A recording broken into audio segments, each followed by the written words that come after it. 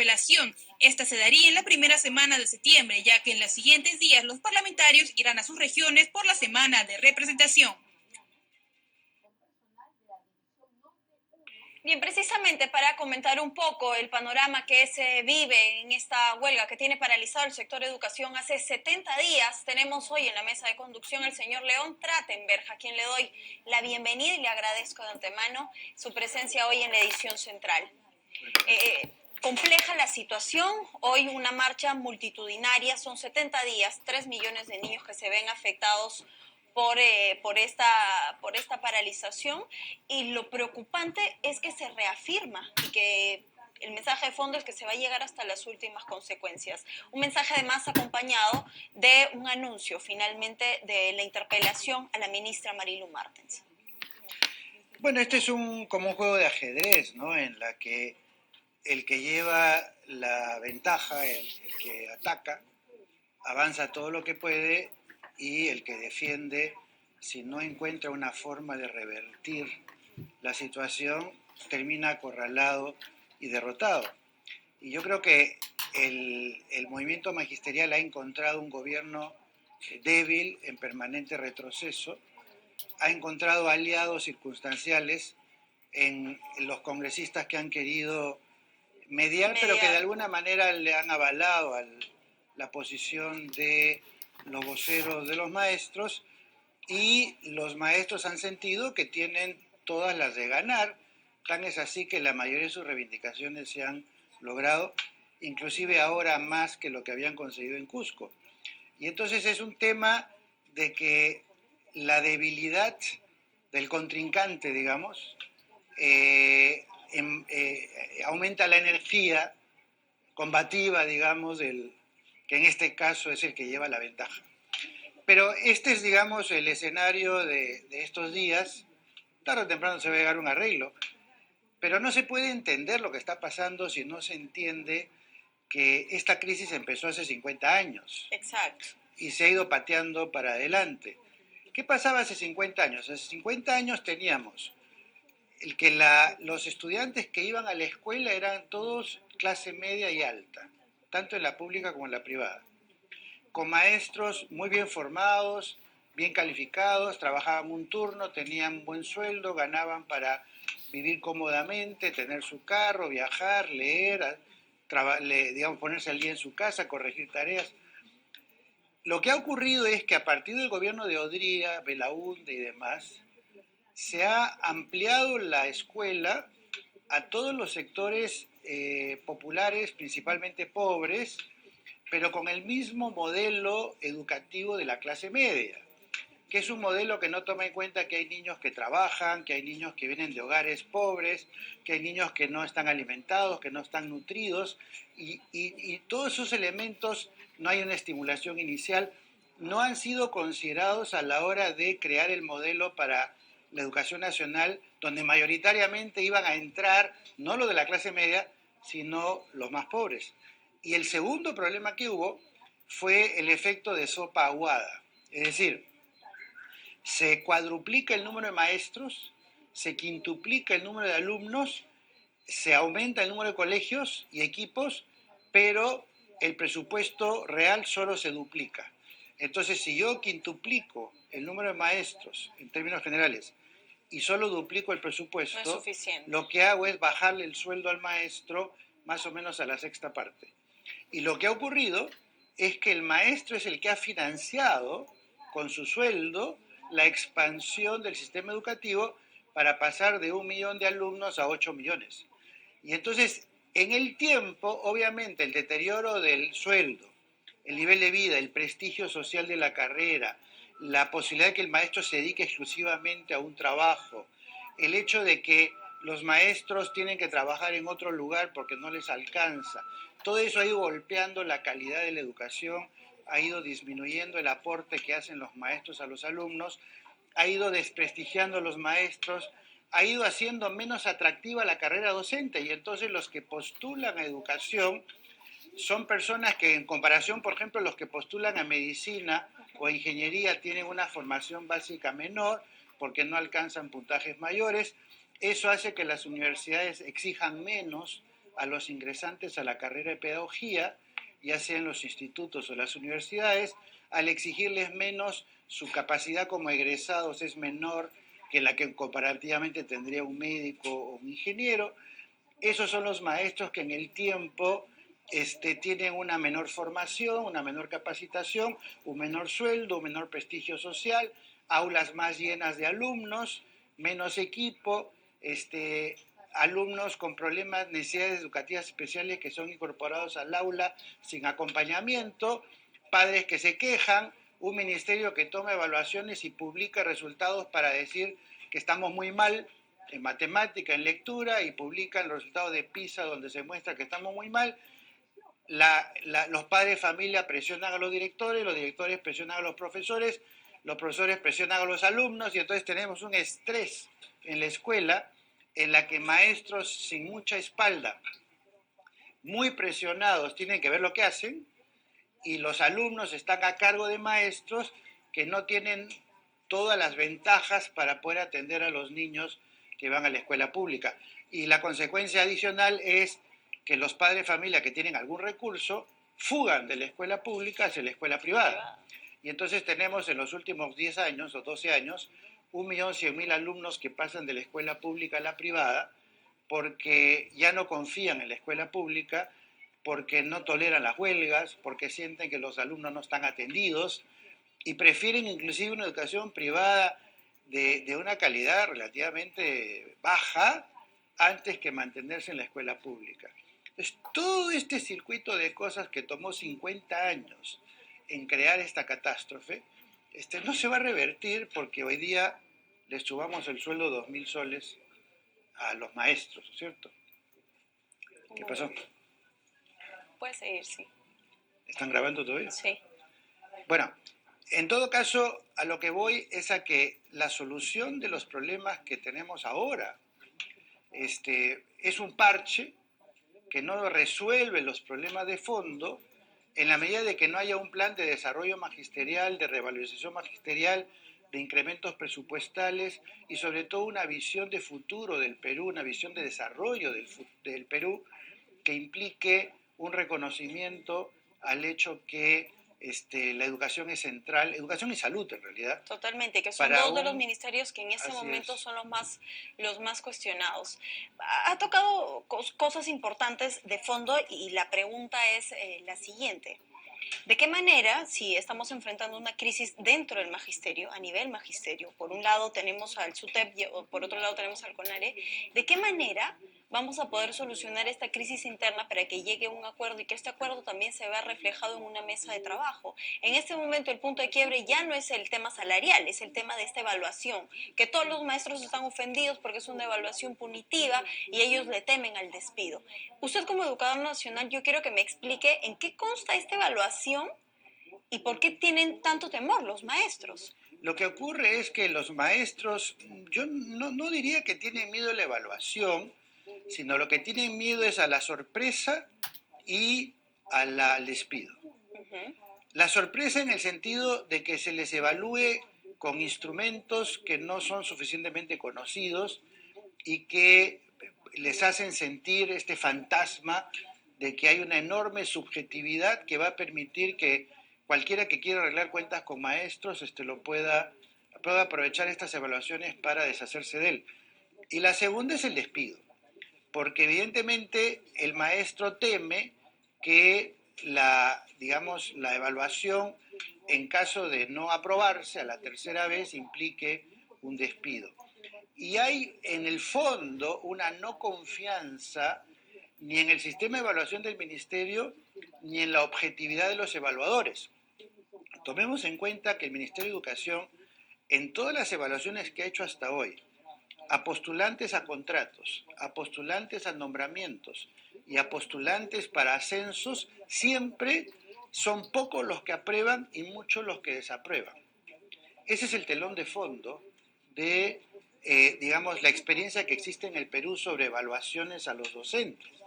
Y entonces ahora resulta que si les dicen a los docentes que va a haber una evaluación y el telón de fondo es que usualmente las evaluaciones más son los que desaprueban que los que aprueban, obviamente surge el fantasma de que la mayoría podría ser desaprobado y quedar por lo tanto en una situación de precariedad frente a la posibilidad de ser despedidos.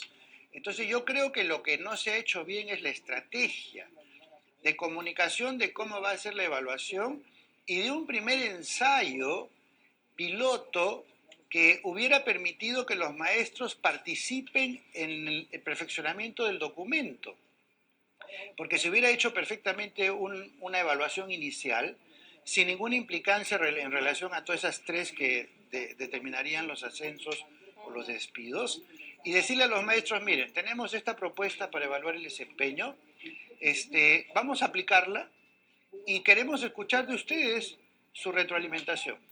Díganos qué les pareció, díganos cómo la creen que la podemos corregir, escuchar también la retroalimentación de los directores y subdirectores, que pueden también dar un feedback con respecto a si es posible evaluar o no con los instrumentos que se han creado, y de paso generar la confianza de que la mayoría de los maestros sometidos a esa evaluación la podrían aprobar sin mayor sobresalto, y que efectivamente solamente los desaprobados serían un pequeño número de maestros que realmente están muy, muy por debajo de lo necesario. Y entonces este piloto hubiera generado la confianza, hubiera tranquilizado, hubiera mostrado un ejemplo, y después, solamente después, con todas las correcciones del caso, podría haberse ingresado a la etapa de esta sucesión de 3 evaluaciones que tienen que ser aprobadas para conseguir aumentos y eventualmente, o para permanecer, digamos, en la carrera magisterial, y eventualmente los que desaprueben hasta por 3 veces, eventualmente sean retirados. Sin la confianza inicial, sin un conocimiento claro del instrumento de evaluación, con una promesa de que van a ser capacitados, que es un poco extraña, porque ¿cómo se capacita ¿Cómo uno capacitas a un para que un maestro? profesor en 60 minutos, que es cuando va a ser visitado en una clase, haga todo lo que las rúbricas dicen que tiene Sí. que hacer? Cuando en realidad un maestro debería ser evaluado en un proceso mucho más largo.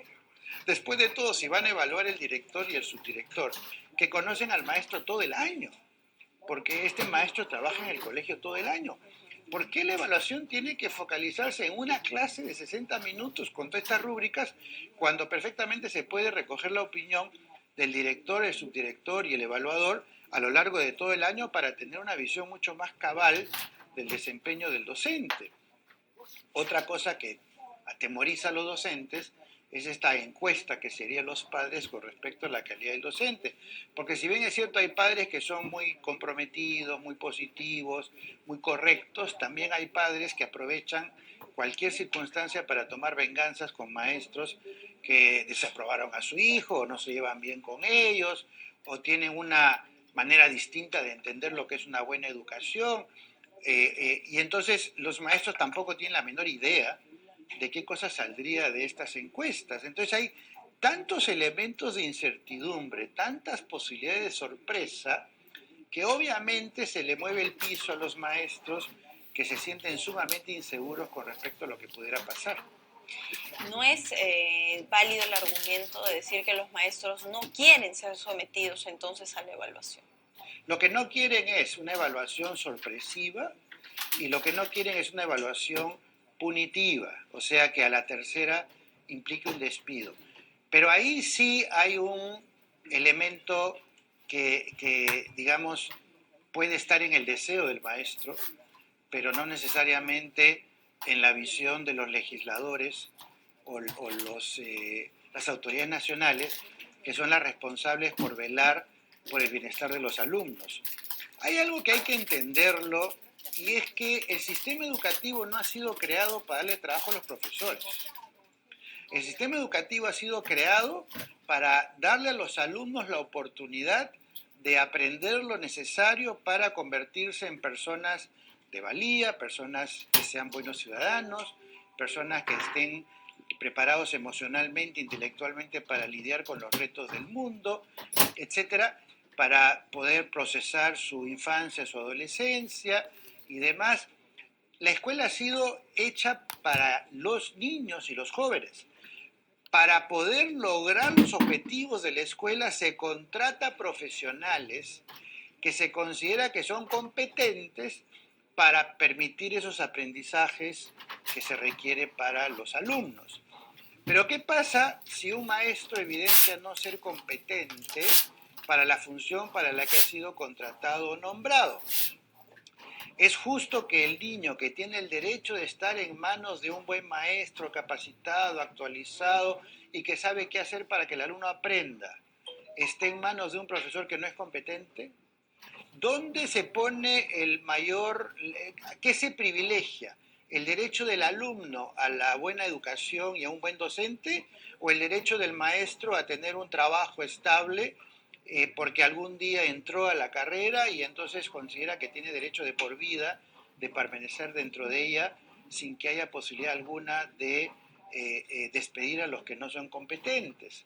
Entonces, en esa posición, el rol del Estado, los legisladores, las autoridades, el Ministerio de Educación, el gobierno, ha sido tradicionalmente la de decir el derecho de los alumnos, que son la razón de ser del sistema educativo, tiene que tener preeminencia sobre cualquier consideración respecto a los derechos de los maestros que implique forzar a un niño a estar en manos de un maestro que no es competente. Y entonces le están dando al maestro la oportunidad de reciclarse, de mejorar, etcétera, pero tiene que haber un momento en el que se plantee, oiga, estamos poniendo a los niños en manos de profesores que hemos considerado no competentes. Entonces, ¿qué derecho hay de maltratar a los niños? ¿Qué derecho los mismos maestros quisieran que sus hijos que van a la escuela privada o pública estén en manos de un profesor que no es competente? Y si la respuesta es no, entonces, ¿qué se hace para que no hayan profesores no competentes en las clases? Y entonces la fórmula que han encontrado en el Ministerio de Educación y los legisladores desde los gobiernos anteriores es darle al profesor la oportunidad de capacitarse, reciclarse, actualizarse, evaluarse hasta por 2 veces y después poder eventualmente mantenerse como maestro aunque no entra a clases para terminar de actualizarse. Pero si ya la tercera persiste frente a una evaluación correcta, suponiendo que fuera correcta, en su incompetencia, tiene que haber un punto final. Bien, la pregunta frente a esta interpelación que surge por una propuesta de Frente Amplio y a la que además se le suma, a mi punto de vista, Fuerza Popular en un momento solamente para generar protagonismo. Fuerza Popular, siendo mayoría, no ha intervenido durante estas 2 semanas de diálogo, no medió cuando las demás fuerzas políticas trataban de encontrar una solución. Hoy se anuncia esta interpelación. ¿Cuánto daño genera una interpelación en este momento, en esta situación de huelga? Porque no se ha llegado al diálogo. Bueno, la interpelación estaba cantada y ya la oposición le había puesto la puntería a la ministra de Educación, que es una manera de alguna manera, es una segunda manera de aliarse con el magisterio que está protestando. La primera es tratar de dialogar hasta el infinito y concederle todo lo que se puede a los maestros. Y la segunda, obviamente, es confrontar a la ministra de Educación para convertirla en la acusada de este proceso por un mal desempeño. Y entonces, todos estos son movimientos, ¿por qué? Porque los maestros en el Perú tienen una fuerza política enorme que va más allá de su número. Por ejemplo, hay cientos de alcaldes en el Perú, distritales sobre todo, y algunos provinciales, que son maestros. Por otro lado, tenemos cantidades de maestros que participan, por ejemplo, en Cusco, en la movilización que hubo por el tema del aeropuerto y por el tema de anular el contrato de Chinchero, una gran cantidad de maestros participaban de esas movilizaciones. Y en general siempre vamos a encontrar maestros en movimientos contestatarios o movimientos que se confrontan con el Estado. Y entonces la fuerza de los maestros, dicho sea de paso, Patria Roja cuando el SUTEP era todavía el organismo que era reconocido como representativo del maestro, es el mismo partido político que tomaba las universidades, que hacía las huelgas y demás. Y todo esto es parte de una participación muy activa de maestros, por supuesto no todos, pero los más politizados, en todo tipo de ocasiones en las que haya, digamos, un movimiento político-social en las calles. Y entonces los congresistas están preguntándose, ¿cómo hago para que los maestros me vean con buenos ojos? ¿Cómo hago para ganarme algunos votos de los maestros? No nos olvidemos que un congresista puede ser congresista con 20.000 votos. Y entre los maestros hay, entre los públicos y privados, 500.000 de maestros, más los jubilados, más los cesados, hay por lo menos 800.000 personas que son o han sido maestros y que votan. Entonces, este asunto hace que los políticos, en realidad de todos los partidos, incluyendo aquellos que han sido mediadores en la primera etapa, estén muy interesados de mostrar que simpatizan con el magisterio, que están del lado del magisterio, que van a hacer todo por apoyar al magisterio, y cuando se resuelve el tema, que les estén agradecidos a ellos por su intervención para lograr que les mejoren los sueldos, que les mejoren las condiciones, que les paguen la deuda social, que intervengan para modificar las evaluaciones. Entonces los políticos lo que están buscando es una ganancia política, o sea, ese es un poco el ABC de la política, ¿no es cierto? Lo lamentable es que en la medida de que los partidos políticos en el Congreso no puedan hacer un frente común con el Ejecutivo para poner un punto final, digamos, a este conflicto, las fisuras las sigue alimentando, digamos, a los maestros más intransigentes para seguir, digamos, en esta exhibición de fuerza a la expectativa de que todavía tengan algunos logros más. Así es, nosotros vamos a hacer una pausa promocional, regresamos con mucha más información. Esta es la edición central de Noticias en Digital.